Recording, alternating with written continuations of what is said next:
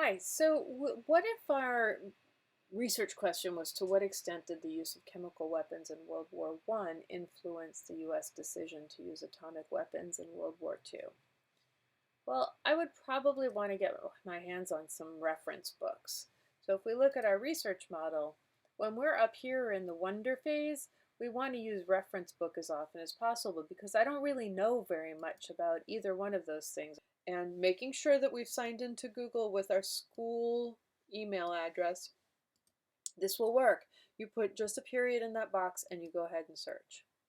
And this is signing you into all of our resources. It may ask you to agree to send the data privacy agreement, and that's fine. We've vetted it and we've signed a contract with them. We're in business on that. So instead of conducting your search up here, what I'm going to do is scroll down and go to Gale Virtual Reference Library over here. That's a collection of ebooks. And the first thing we're going to do is sign in and we were going to look for mustard gas, and we're going to use that advanced search function. And we're going to put it in here.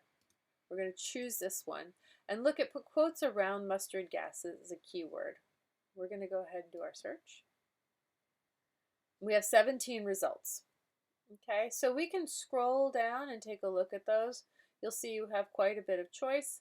They're organized by relevance, which is excellent. So we're going to click on that, holding down the Command or Control button, and we're going to type the letter F into our search field. And we're going to put the word World War I in there, and we're going to do a search.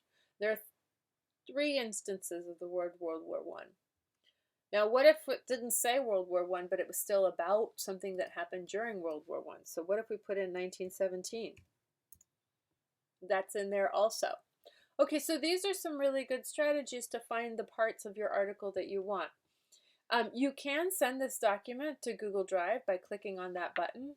And what's going to happen now, did you see that? It created this folder, and in that folder is our mustard gas article.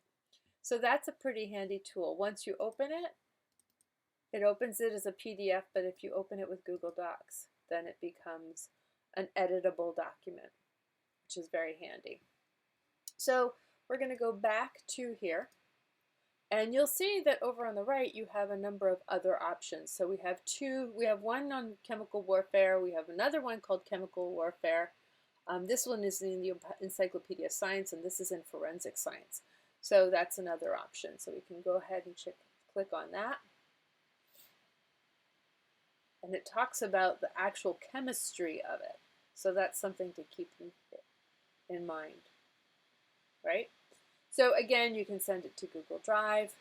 You can cite it here, or you can go ahead and download the article. And at the bottom of the article here, you'll also see that there is a source citation.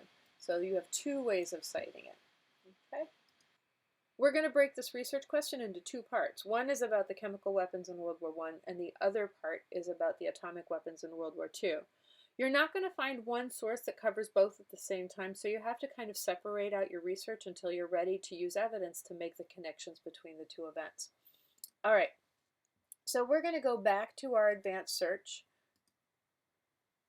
and you'll see that you have something called a topic finder here. And if we type the word nuclear weapon in this field,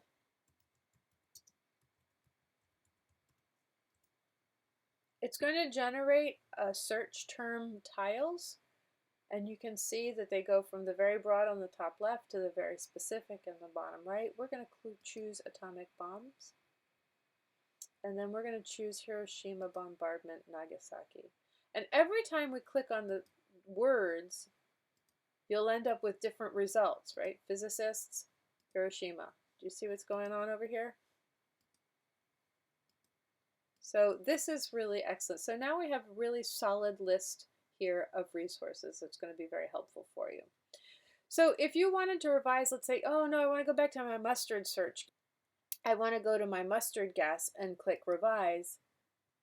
And that's going to bring me back to my search term, and I can add additional terms to that.